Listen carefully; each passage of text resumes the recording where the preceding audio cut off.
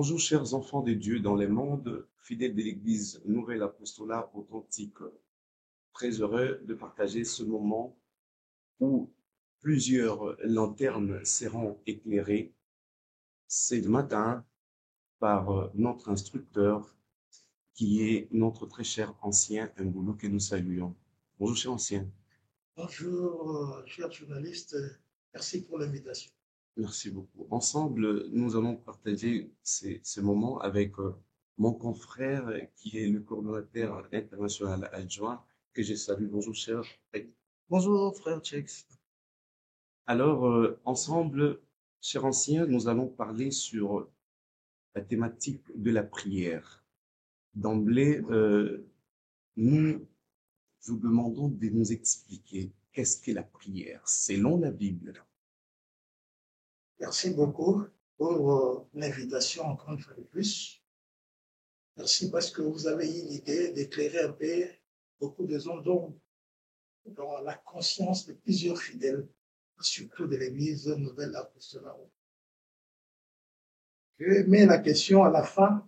Vous avez dit que cela doit être répondu sur base de la Bible. En Éphésiens 2:20, l'apôtre Paul dit ceci. Nous, l'Église, nous sommes fondés sur les enseignements des apôtres et des prophètes, dans lequel Jésus-Christ est la pierre angulaire. Donc, tout ce que l'Église doit faire doit être posé sur la pierre angulaire que Jésus, sur le fondement des enseignements des apôtres et des prophètes. Donc, la thématique là sera répondue, bien sûr, autour de la Bible. J'aimerais mettre d'abord un petit bémol lorsque vous m'avez présenté comme l'ancien du district. En réalité, je suis comme ancien du district. Même les apôtres sont comme les apôtres. Ce n'est pas moi qui l'ai dit, c'est la Bible. En Éphésiens 4:11, là où on parle de dons ministériels, la Bible déclare clairement que le Seigneur Jésus-Christ a donné les uns aux autres le pouvoir. Il a fait des autres comme des apôtres, comme des évangélistes, comme des bergers, comme des docteurs, comme des pasteurs. Quand la Bible dit comme, cela veut dire Christ lui-même est l'apôtre. Il est l'évangéliste. C'est lui le ministère. Donc moi aussi l'ancien, en réalité, l'ancien c'est Christ. Moi je suis comme un ancien. Donc l'ombre est le réel. Christ est le réel. Et nous autres, nous sommes de l'ombre. Donc l'ombre doit rester tout près du réel, qui ce que le réel fait. C'est pour cela tout serviteur, tout ministre doit suivre Jésus-Christ, doit être collé à Jésus-Christ, collé à la révélation, collé à la parole de Dieu. Là, c'était seulement un bémol pour signifier que nous autres, nous sommes des marionnettes et que Christ doit agir en nous, doit parler en nous, doit faire tout ce que nous voulons faire selon ça. Exactement, parce qu'il vous a donné, vous a envoyé et vous a doté aussi le pouvoir. Merci beaucoup, cher journaliste. Par rapport à la question de la prière, j'aimerais d'abord fixer certaines bases. Dire au peuple de Dieu que la prière est liée au but de notre foi. La prière est liée au retour de Jésus-Christ. La prière est liée au royaume éternel, à la félicité éternelle. Pourquoi je l'ai dit? Parce que les apôtres ont posé une question légendaire à Jésus-Christ, qui se trouve en Matthieu 24. Ils ont dit, Seigneur, dis-nous, quand cela arrivera-t-il? Quel sera le signe de ton avènement et de la fin du monde? La même question est encore reprise en Marc 13:4. Mais Jésus a répondu, et nous signons la réponse de Jésus en Marc 13:30. Il a dit ceci, veillez donc, prenez garde et priez. Donc, tout ce que le Messie a révélé comme étant les événements précurseurs, mais il a laissé quand même une directive aux apôtres de veiller, de prendre garde, de veiller et de prier. Donc, la prière fait partie de l'attente de notre Seigneur Jésus-Christ. Que le but de notre foi, c'est de rencontrer le Messie dans les airs, fêter avec lui les noces. Donc, la prière, cette thématique, c'est notre, c'est la nôtre, car c'est lié à notre but de foi. Celui qui attend le Messie doit joindre ses mains pour prier. Maintenant, c'est quoi la prière? S'il faut définir la prière, d'abord, c'est un mot polysémique, plusieurs définitions, plusieurs sens. Mais à des termes chrétiens, nous pouvons résumer la prière comme étant un privilège, une possibilité offerte à l'homme par Dieu d'entrer en contact avec lui. Pourquoi nous disons privilège? Parce que dans les communs du mortel, lorsque l'inférieur veut rencontrer le supérieur, prenons l'exemple même de la présidence. L'inférieur, M. Lambda, s'il veut rencontrer le président, ce n'est pas le président qui viendra vers lui. C'est lui qui doit aller à la présidence, avec un protocole, avec un rendez-vous. Mais contrairement à la prière, un Dieu tout-puissant, autosuffisant, qui connaît tout, qui est partout, c'est ce Dieu-là qui se déplace. Il vient vers celui qui crie à lui. C'est pourquoi nous disons un privilège, parce que le sang de sang se dépasse pour confirmer ce que le Messie avait dit. Là où deux ou trois sont réunis en son nom, il se place au milieu d'eux. Donc c'est pourquoi la prière demeure comme un privilège pour nous. Donc nous prions pour rester en communion avec Dieu, pour dialoguer avec lui et recevoir les instructions. Et ces instructions-là nous aident pour se préparer pour les retours de notre Seigneur. L'exemple le plus éloquent de la prière, on peut le trouver dans le livre des Nombres, chapitre 7, verset 49. On nous parle de Moïse. Moïse, lorsqu'il voulait parler avec Dieu, la prière, il quittait d'abord le bruit du camp. Vous venez que dans le désert, Israël vivait dans le camp. Moïse quittait d'abord le bruit du camp. Il allait dans les tabernacles, dans le lieu très saint, où il y avait que l'arche de l'alliance. Et il y avait les propitiatoires au-dessus, sur lesquels il y avait des chérubins.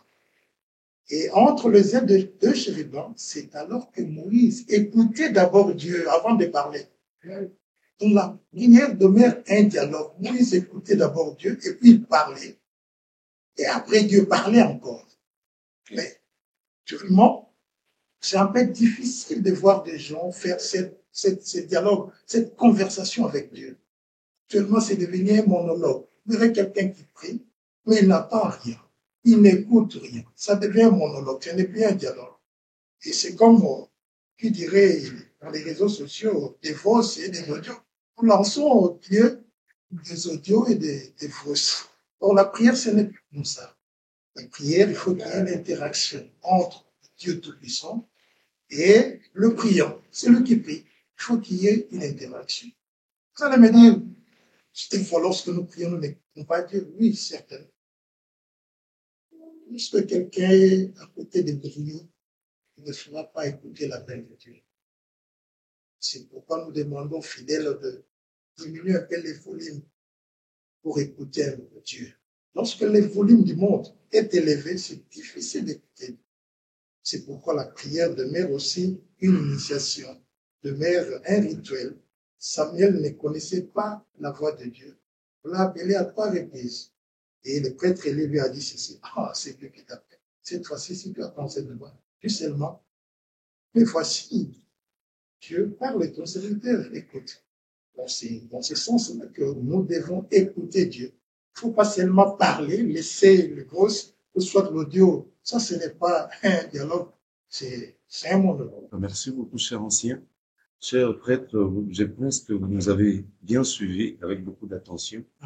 Et petit à petit, nous sommes éclairés quand même sur des thématiques, sur la thématique, en fait, de la prière, avec des versets bibliques appuyés. Justement.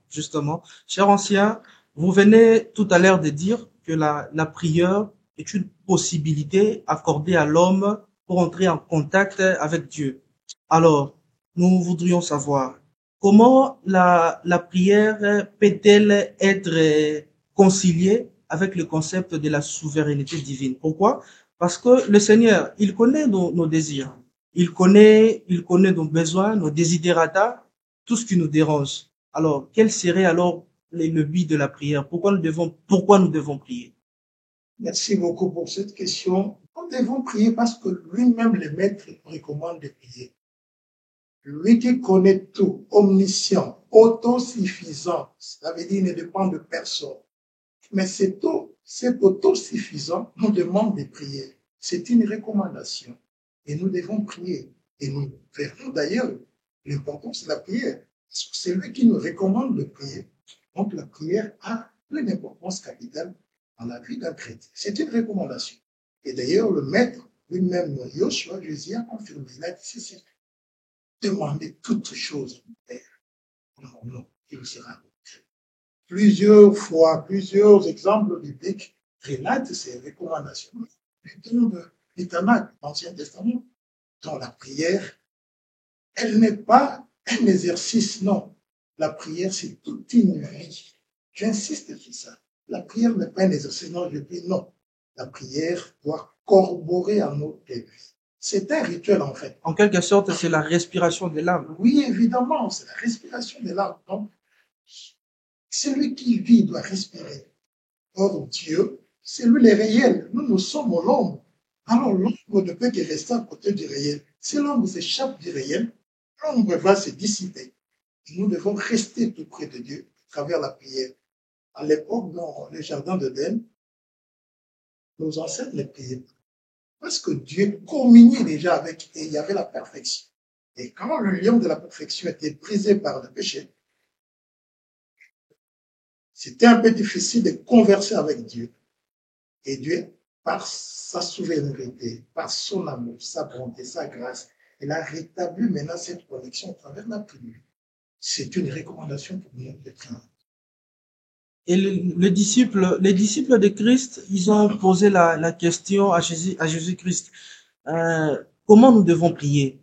Alors, il en existe une méthodologie qu'il faut forcément appliquer pour la prière, ou bien il faut simplement prier par des mots simples. Donc, dites-nous comment un chrétien de l'Église nouvelle apostolique authentique qui est en train de nous suivre, comment nous devons prier?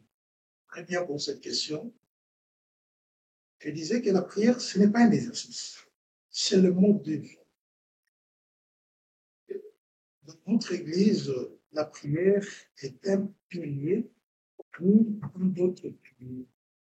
Il y a un concept qu'on appelle le triangle de la puissance de la foi chrétienne authentique, qui est composé de la prière, de l'offrande et du jeûne.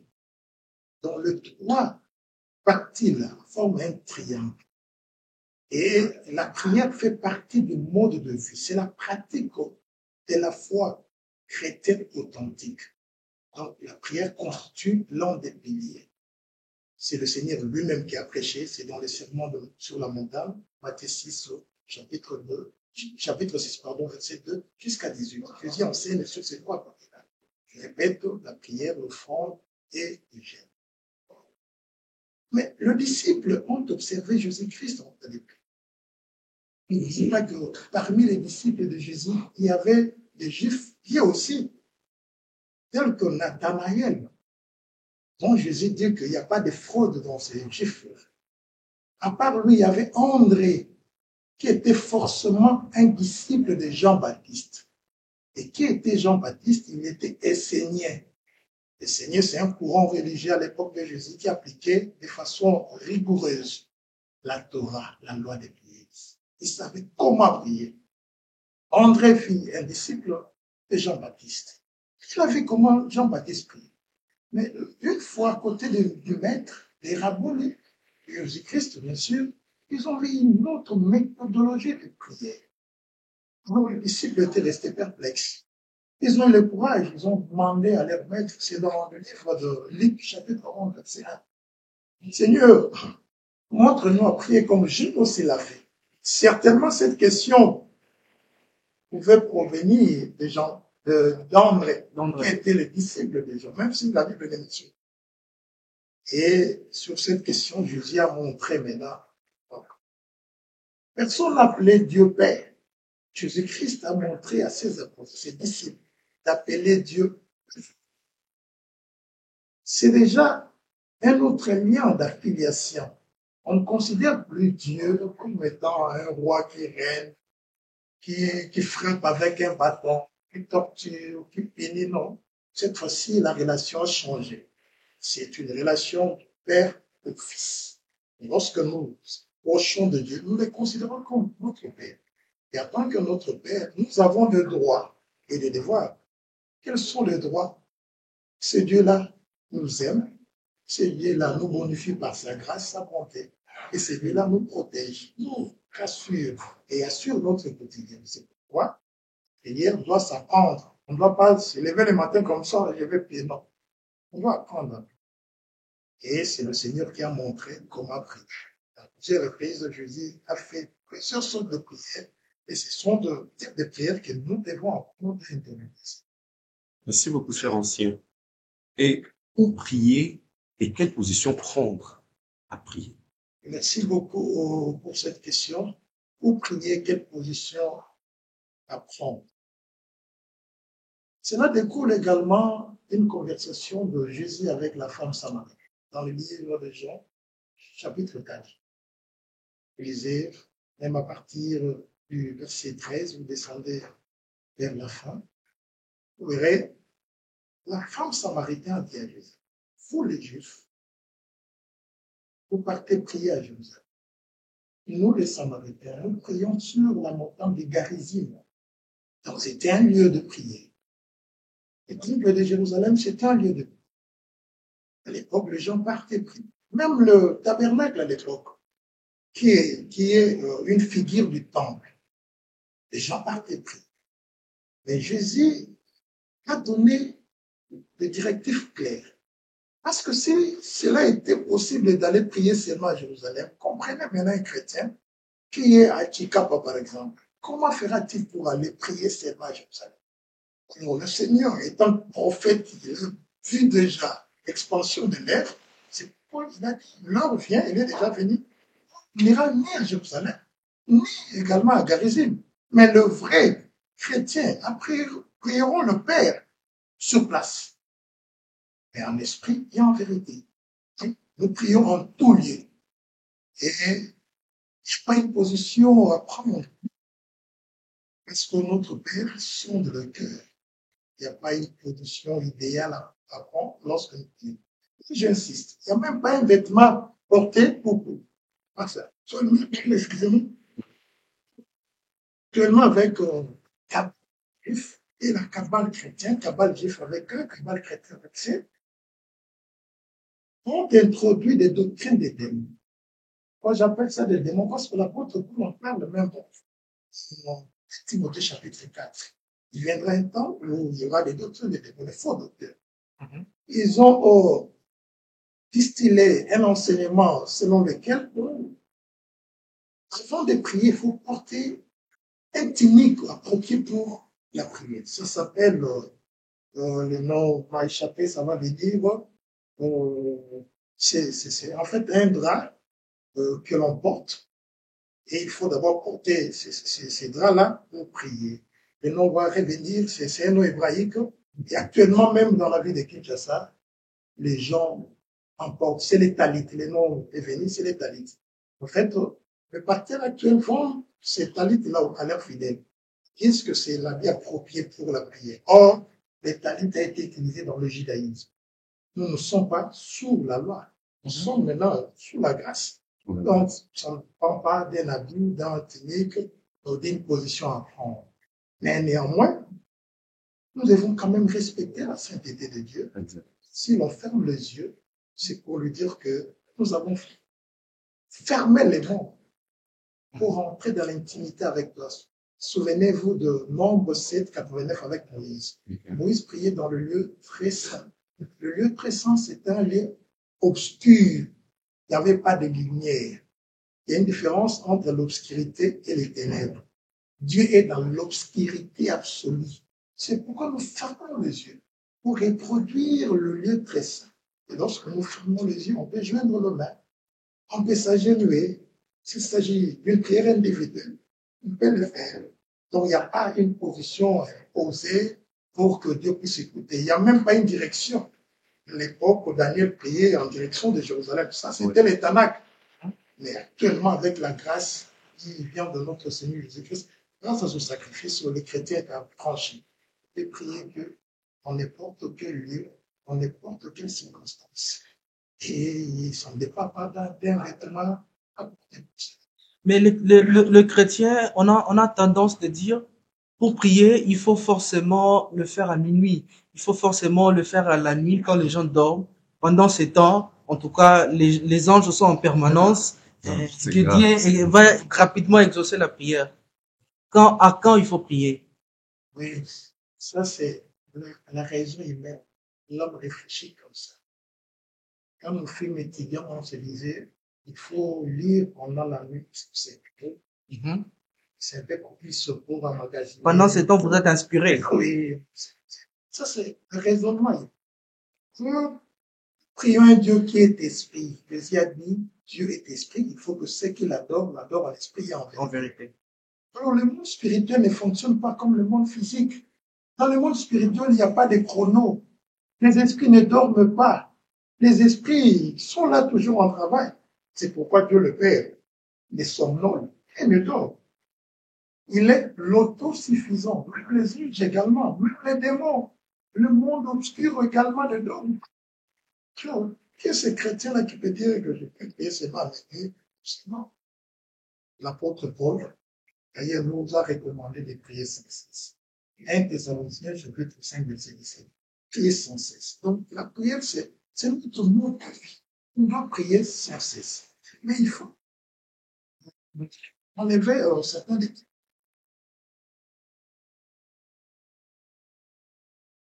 Pour être un champion de la prière, parce qu'il y a des débutants et des champions de la prière. L'apôtre Paul dit, en Romains, je crois, chapitre 15, verset 1, que le plus fort soutient les faibles. Donc, il y a les plus forts, il y a aussi les faibles. Les plus forts sont ceux-là qui peuvent élaborer même un calendrier de prière. Vous voyez, il a un programme de prière, ça dépend de lui, mais ça ne dépend pas des esprits, parce que les esprits ne sont pas et ne dorment. Donc, je peux avoir un programme de prière, je peux étaler ça toute ma vie, semble 5 heures. Ça, c'est mon programme. L'organisme, même le Saint-Esprit, s'il n'y a pas les réveils, pas toujours me réveiller à ce temps-là pour prier. Ça dépend maintenant du calme. Mais ce n'est pas fixer ça par rapport aux esprits. Non. La prière est aussi un rituel. Celui qui pérennise la prière, son visage de façon spirituelle va être rayonné d'éclat. Moïse a passé 40 jours, 40 nuits sur le mont Sinaï. Lorsqu'il est descendu, personne n'osait le fixer les regards. On a dit que ça peut rayonner. Ça rayonnait pourquoi? Parce qu'il était en communion avec Dieu. Même l'archange Lucifer, il n'est pas l'archange de lumière, non. Il était à côté de la lumière des vies. C'était une créature parfaite de Dieu. Mais il a eu la lumière parce qu'il était en communion avec Dieu. Il était proche de Dieu. Le rayon lumineux et l'éclat de Dieu frappait sur lui. C'est pourquoi il est devenu aussi lumière. C'est l'expérience que les priants font. Lorsque vous restez trop longtemps dans la prière, votre visage va rayonner également d'éclat. Merci beaucoup, cher ancien. Et notre Jésus, avant d'y aller, a laissé la prière à ses disciples. Est-ce que la prière là ne suffit pas ou il y a d'autres styles ou d'autres façons de prier? Et là, vous voulez parler de la prière de notre Père. Parfait. En réalité, la prière de notre Père, c'est la formule. C'est-à-dire, Jésus nous donne la formule. C'est comme modèle T est égal à B carré moins 4AC. Oui. C'est une formule. Il y a plusieurs équations. Mais ces équations-là sont résolues à partir de cette formule-là de B carré moins 4AC. Donc, le Notre Père, c'est une prière formule. Sur base de cette prière, nous formulons également d'autres prières pour résoudre plusieurs équations. Pourquoi j'appelle ça prière formule? Parce que dans cette prière, il y a l'adoration, il y a le remerciement, il y a la demande, c'est l'intercession. Là, un peu la teneur de la prière. Donc, tout ce que nous faisons tourne toujours autour de ces 4 piliers-là de la prière. Donc, la prière de notre Père demeure une prière nouvelle, une prière formelle. Mais même les disciples, lorsque, par exemple, prier dans des maisons, vous faites chasser les démons, mais priez pas notre Père. Donc, il est impérieux de prier pendant que vous êtes en train de prier. Il faut forcément, a priori, utiliser les 4 piliers. C'est la formule que le maître nous a donnée. Ok. Pour ça, c'est un package. C'est un paquet qui forme là. Mais il y a plusieurs types de prières. Par exemple, si je vais intercéder, je ne vais pas faire la défense. Je me cale seulement sur l'intercession. Donc, je commence ma prière avec l'intercession. Si je veux, par exemple, chasser un esprit, je vais directement. Parce que Jésus aussi l'a fait. Il l'a fait devant la dépouille mortelle de la fille de Jairus. Jésus a dit seulement, Talita koum, jeune fille, lève-toi. Oui. C'était seulement ça. C'était sa prière. La concision. Oui.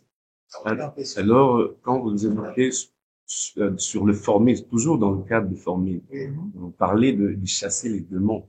Et est-ce que les fidèles de l'Église nouvelle apostolat authentique ont ce genre de style de prière consacré réellement à chasser les démons? Parce que plus loin d'ailleurs, il y a ceux-là qui, dans le fond de la prière, parviennent même à parler en langue comme le font les autres religieux. Voilà.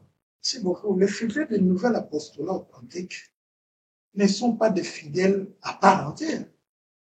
Ils sont d'abord des disciples de Jésus. Regardez ce que le maître a dit à Matthieu 28, 19, 20. Vous les faites de toutes les nations, les disciples. Le maître n'a pas dit d'aller faire de toutes les nations le membre de l'Église nouvelle apostolique authentique. J'insiste. Parfait. Ça, c'est une très bonne nuance. Nous sommes les disciples de Jésus-Christ, point barre. C'est pourquoi vous avez posé la question que notre thématique doit tourner autour de la Bible. C'est pourquoi dans l'Église nouvelle apostolique authentique, la Bible demeure le soubassement. Donc, la Bible a une autorité divine. C'est-à-dire, tout ce qu'on veut faire dans l'Église, ça doit rimer avec la Bible. Le fondement des apôtres, des prophètes, dans lequel Jésus-Christ est la pierre angulaire. Nous sommes une Église corps mystique de Christ. Nous sommes les disciples de Jésus-Christ. Nous devons de chasser les démons. Nous le faisons chaque jour. Nous le faisons au quotidien. Les fidèles des nouvelles apostoliques authentiques le font au quotidien. Comment? Oui, je vais m'expliquer. On prend d'abord l'écriture de Marc, le chapitre 16, verset 17. Voici les miracles qui accompagneront ceux qui auront crié mon nom. Chasseront les démons. Jésus n'a pas dit des sorciers. Parce que je vois certains fidèles faire des sorciers. Pour les sorciers, comme maître les démons. Les sorciers prient les démons. Alors, Jésus n'a même pas cité les noms des sorciers. Il a parlé des démons. On a réussi les pouvoirs de marcher même sur les arbres. Ces pouvoirs-là, c'est au travers du Saint-Esprit que nous possédons ce pouvoir-là. Chasser les démons, je sais bien que les amis préfèrent voir des spectacles. Voir comment les démons s'agitent. Mais il y a certains miracles que Jésus a fait dans le silence. Il y a d'autres qui étaient spectaculaires. Certains étaient dans le silence. Tu n'as même pas crié. Il n'a même pas sondé, soit fait l'exorcisme. Un enfant de Dieu animé du Saint-Esprit, lorsqu'il marche, c'est déjà beaucoup de pièges qui sautent. Peut-être on n'a pas des yeux pour le voir dans nos services divins. Beaucoup de miracles qui s'opèrent. Même lors de nos visites pastorales. Également, lorsque nous venons exhorter des malades, prions et les choses se font. Mais les gens veulent voir le spectacle. Or, le spectacle, ce n'est pas la nature de Jésus. D'ailleurs, Jésus fouillait les spectacles. Il fouillait la foule. Lorsqu'il voit la foule, il commence à parler en parabole. Venez-vous des Écritures saintes. Et après, il reste avec ses disciples. Il commence à expliquer en profondeur son message. Donc, n'aimons pas seulement le spectacle, mais tout cela se font déjà actuellement ici-bas, la prédication, même notre mode de vie. Nous chassons les démons sans pour autant le voir, mais nous les faisons. Et là, j'aime encore la parole de Christ. Il dit à Thomas, et ceux qui croiront sans pour autant vivre. Mais il y a certains qui veulent seulement être comme les Thomas. Je vais voir. Mais il y a une question qui me vient en tête ici. Vous savez, on a l'habitude, il y a Christ qui dit, il y a d'autres miracles, il y a d'autres démons qui doivent sortir, qui doivent partir en priant et en gênant. Mais à l'église nouvelle apostolat, qu'on se le dise, à l'église nouvelle apostolat authentique, le fidèle ne gêne pas. Le fidèle ne gêne pas. Ben, ils se disent, bon, je suis en train d'interpréter. Il y a un agrégat qui se disent peut-être, non, Jésus-Christ a déjà gêné pour nous. Et nous, Dans les jargons oui, oui. des anciennes. Donc, nous, on ne doit pas forcément le faire. Qu'en est-il du jeûne de prière à l'église nouvelle apostolat authentique? Je vais réciter d'abord le texte que tu as évoqué là, c'est dans le livre de Matthieu, chapitre 17, verset 21. Les disciples ont posé une question à Jésus. Pourquoi n'avons-nous pas pu délivrer ces démons-là? Le Seigneur a répliqué, ce genre de démons ne peut sortir Nous prions en la gênant. prière. Matthieu 17, 21.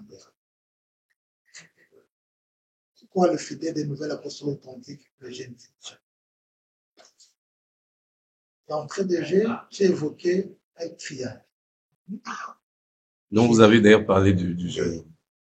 Puis, le prière de ce triangle, c'est il y a la prière, le front, ça constitue le triangle de la puissance de la foi chrétienne authentique. Si l'on se dit authentique, on doit suivre ces trois piliers-là. Ça permet à l'âme de vivre la communion avec le Christ. Oui, certes, quand nous fûmes dans l'ancienne configuration, ça se disait, c'est un enseignement qui t'a plu, où Jésus a déjà gêné. Oui. Et ça se dit souvent. Oui. Ça se dit souvent. Donc, c'est la faute aux enseignants. Oui, oui, exactement. Ça, c'est un mensonge. C'est diabolique d'ailleurs. Cool. Il ne faut même pas évoquer cela. Parce que celui qui dit Jésus a déjà gêné. Mais Christ a déjà prié aussi pour nous. Pourquoi nous, en Jean 17, Jésus a prié pour nous? On ne peut pas prier. Si nous disons qu'il a gêné pour nous, on ne gêne pas, alors on ne prie pas. Jésus aussi a donné l'offrande pour nous. Qui va donner encore une autre offrande que celle de son sacrifice? C'est l'unique offrande que le Père a agréée. La Bible dit, le Père s'est levé pour le griller le sacrifice de son Fils. Et le ciel, tout le ciel s'est constaté. Il y avait un silence, il y avait un culte, plein de vêtements, de fumée. Donc, quelle est cette offrande-là qui peut rivaliser à l'offrande de Christ? Si nous disons que Jésus a déjà gêné, disons aussi qu'il a déjà payé pour nous, disons aussi qu'il a déjà donné l'offrande pour nous, on donne l'offrande, on dit. En fait, c'est un enseignement diabolique. Pourquoi je dis diabolique? Vous savez, Jésus a dit, pendant le temps qui va précéder ce avènement, il y aura des fausses doctrines, des faux docteurs. Et je suis sûr et certain, ça, c'est un enseignement de faux docteurs. Okay. Parce que le gêne, c'est une arme à destruction massive contre l'ennemi. L'ennemi sait que lorsque le chrétien gêne, il devient de plus en plus fort. Parce que gêner, c'est toujours associé avec la prière. On devient de plus en plus fort. Il ne va plus trouver une place à entrer dans nos cœurs. C'est pourquoi il a distillé cet enseignement qui est faux, qui est vraiment un enseignement erroné, enlevé dans nos têtes. Nous devons gêner parce que le Maître lui-même a gêné. Le disciple de Christ ont gêné. Le gêne est repris 30 fois dans l'Ancien Testament. Donc, ce qu'on appelle Tanakh. Donc, Tanakh, c'est At-Torah, At-Nevim, Ketuvim. Donc, c'est l'Ancien Testament. C'est repris 30 fois. Et dans le Nouveau Testament, la Nouvelle Alliance, c'est repris 9 fois. Et dans le 9 fois-là, on voit même les apôtres, l'Église primitive gênée. Si est gênée, pourquoi pas nous? Parce que nous suivons les traces des apôtres, les actes des apôtres. Et dans le livre des actes des apôtres, les disciples ont gêné, mettre l'Église. Merci beaucoup, cher ancien. Merci beaucoup, cher ancien, pour votre disponibilité. Et nous avons été éclairés parfaitement Et nous restons d'ailleurs très ravis et assoiffés d'ailleurs de continuer avec vous sur d'autres émissions qui vont suivre. Merci beaucoup, cher prêtre, pour votre disponibilité aussi. Mesdames, messieurs, chers enfants des dieux, fidèles de l'Église nouvelle apostolique authentique, nous voici à la fin de l'émission. Une série des émissions que vous allez suivre tous ces derniers temps sur nos différentes plateformes de médias, que ce soit Facebook ou YouTube, ENA Bar International, et vous serez éclairés pour plusieurs problèmes ou plusieurs thématiques qui seront abordées et nous aurons de remèdes, bien sûr, avec nos instructeurs de l'Église Nouvelle Apostolat Authentique. À nous revoir au prochain numéro. Merci. Merci beaucoup.